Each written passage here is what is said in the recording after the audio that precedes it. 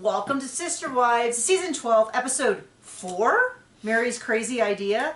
There are 2 episodes missing, and I looked online and it seems to be an episode called Groomzilla, and I don't remember the name of the other one, but one of them, it covers sort of the family, not Cody, but maybe more of Mary's family, going to see the B&B, Tony and McKelty going to look at bridal gowns, and Tony having really big opinions. What else was covered? Do you remember what else was covered?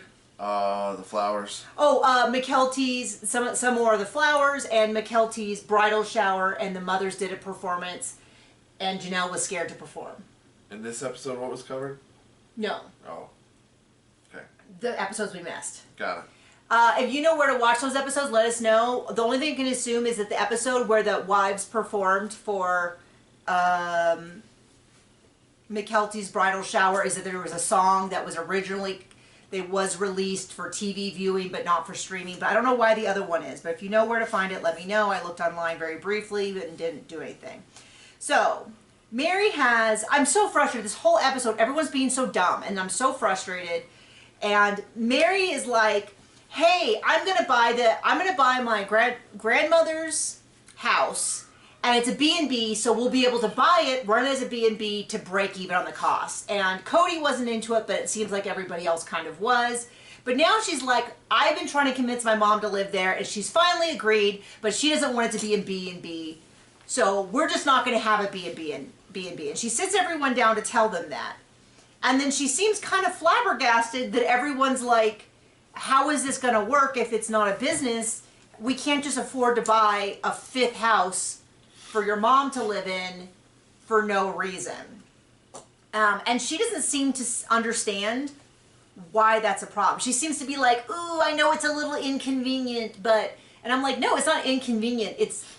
Dumb. It doesn't fit anywhere logically in your argument. Because she's like, well, we'll have to figure it out. They're like, what is there to figure out? We don't have money to buy a 5th house for your mom to live in and it not to make any money. And Janelle's like, I don't understand. And then Cody, you would think there can't possibly be an idea that's worse than this idea. Oh, but Cody is like, I have an idea. There's an empty lot across the street. We'll buy it, build a B&B, undercut the original B&B. And Mary's like, why would I want to live across the street from the house that I want to buy? And I'm like, I don't even understand what he was arguing, because this is one of the things that drives me crazy about Cody, which is that... But he's so good at stealing other people's money. He thinks he's good at making it. And that's exactly the case, which is, he seems to think he is Captain Entrepreneur, and he talks to us, the audience, like he's the only person on earth who's ever seen a house. He's like, you don't understand, it's old. I'll have to look at the pipes. And I'm like...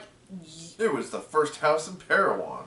Yeah, I mean, and he just states all this stuff, and it's kind of like, at least when Christine argues with Meri, it seems like she has a concept of how the world works. When Janelle says, I don't see how this is going to work because your idea is that we'll buy a house that won't make us any money. And then Cody asks Meri, do you have the money from your direct sales job to cover it? And Meri says, yes, I do. And then he goes, that's up to the bank to decide. Well, then why did you ask her? It's like, I already think Mary's like... Here's your sign. He hates you.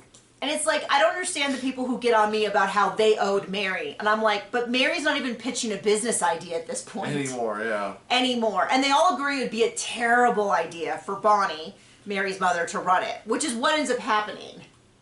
And we never hear about Christine's mother running it ever again anymore.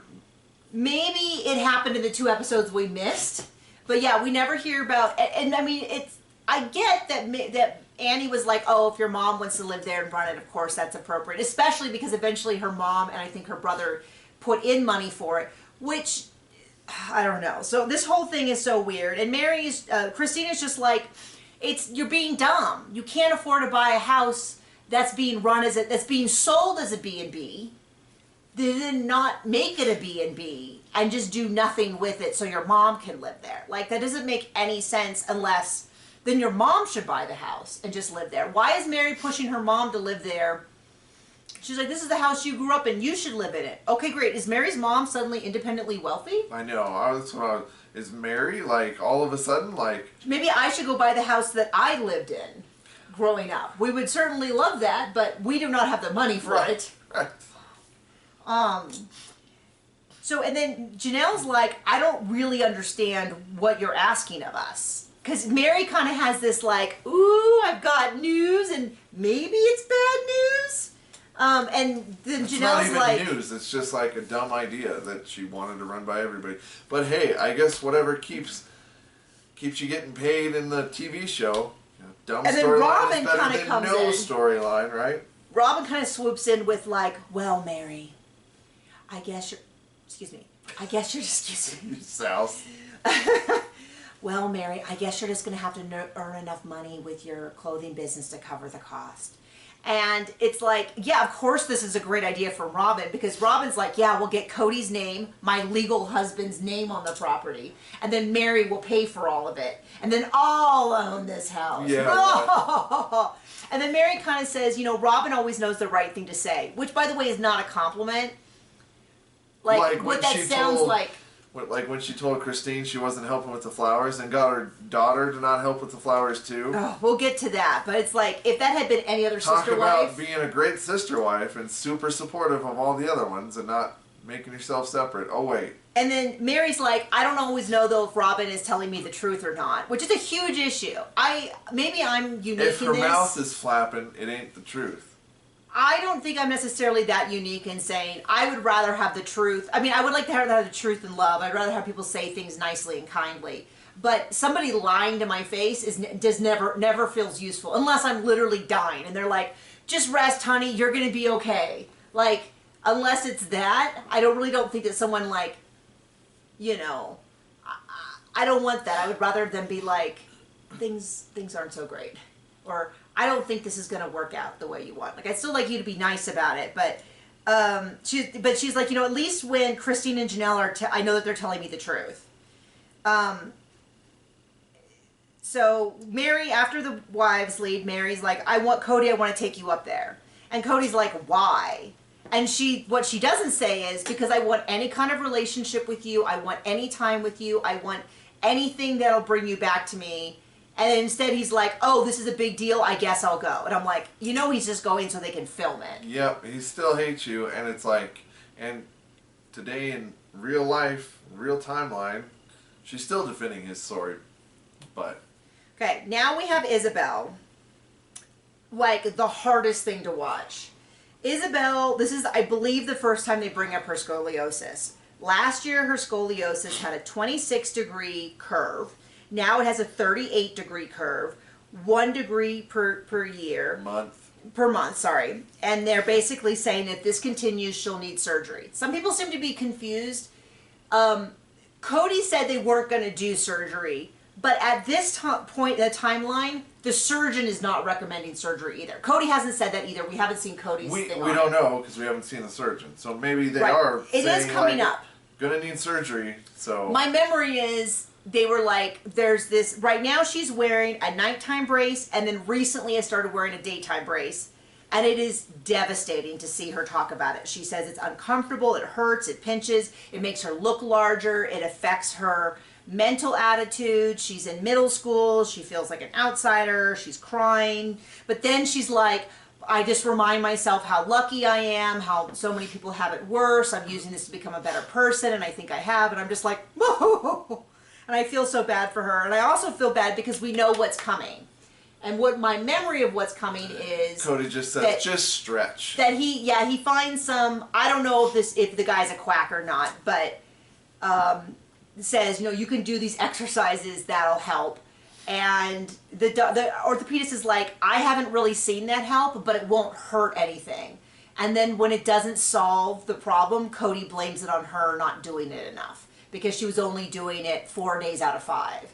And I kind of feel like if 4 days out of 5 did nothing, 5 days out of 5 was not going to solve the problem. If the surgeon who does this for a living says stretching isn't going to work, guess who I'm going to believe? Yeah, I mean, it's just, and my impression from that time was that he just was like, no, it's not going to happen. Yeah. And everyone kind of deferred to him. How dare the family take money that he won't spend on himself or Robin? How dare they? I just also think that he has an affinity towards anti-science, like that in general. And the reason why... Also, it's a kid he doesn't care about, so... And more so, the reason that Robin's kids get different treatment is that she overrides his opinion on that, and he allows it. Because at some point, I think it was earlier, at some point, Robin just says, I make Cody talk to me. And Christine's like, I'm amazed because he just gets so mad at me and yells. And it's like, Robin thinks she's making this point, but the point she's making is Cody has a different set of rules for each wife.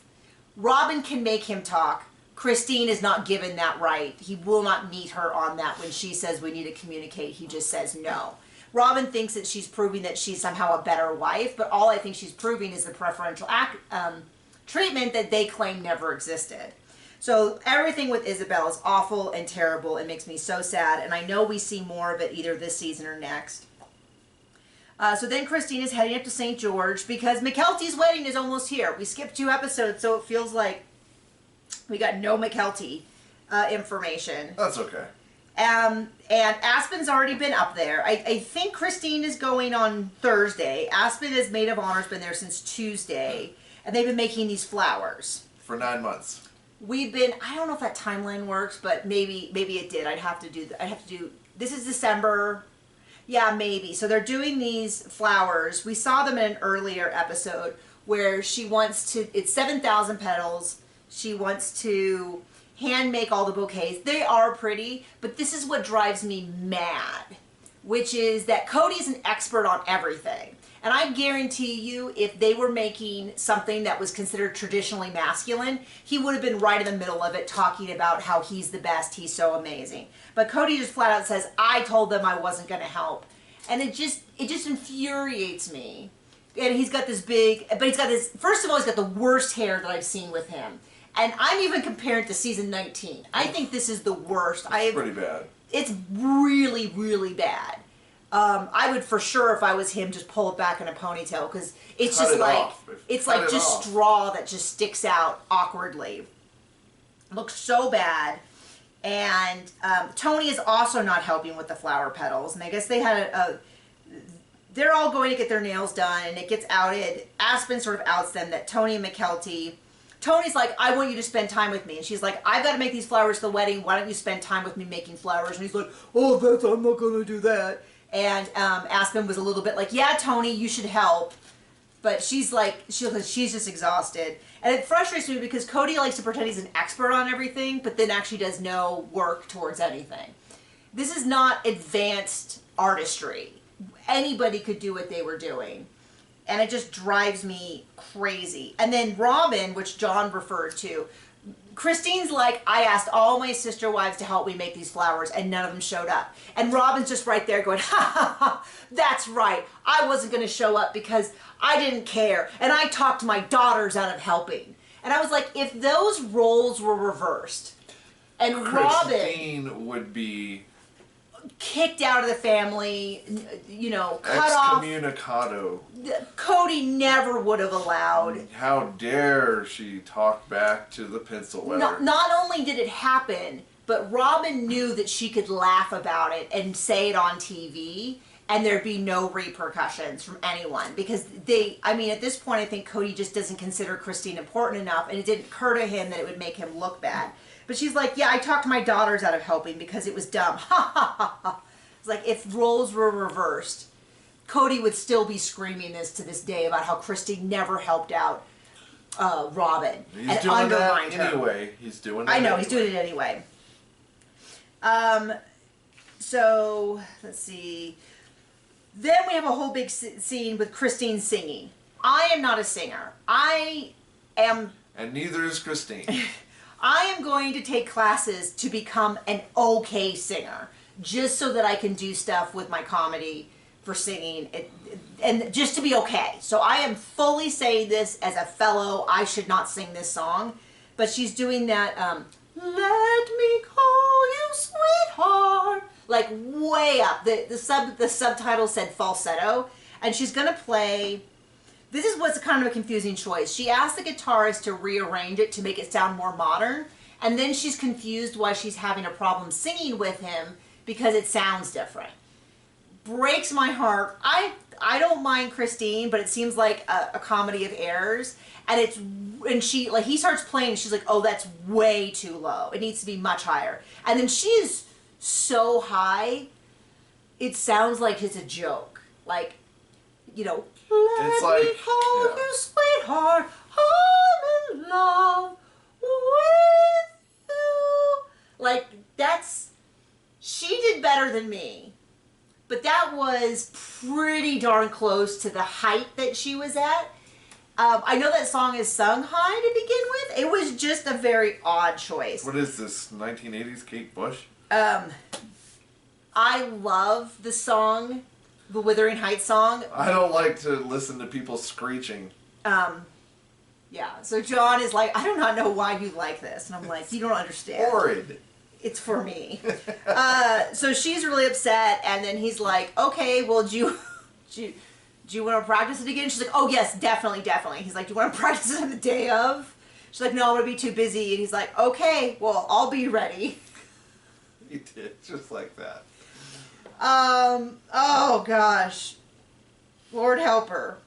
And then we see the piñatas. Then we see, my note just says, his hair might be the worst that I have ever seen, and that's saying something. And then we see that they have the piñatas. We discussed that the last episode, and she has turned her wedding dress, which I guess was a plot point of one of the episodes that's missing. Christine has turned her wedding dress into some flowers that McKelty can include in her thing, and I guess they're going to give it to her. And then we had a commercial break, cliffhanger, end of the episode as far as we're concerned, and we are going to melt in this heat. We are going to call it a day. So thank you for joining us. Bye.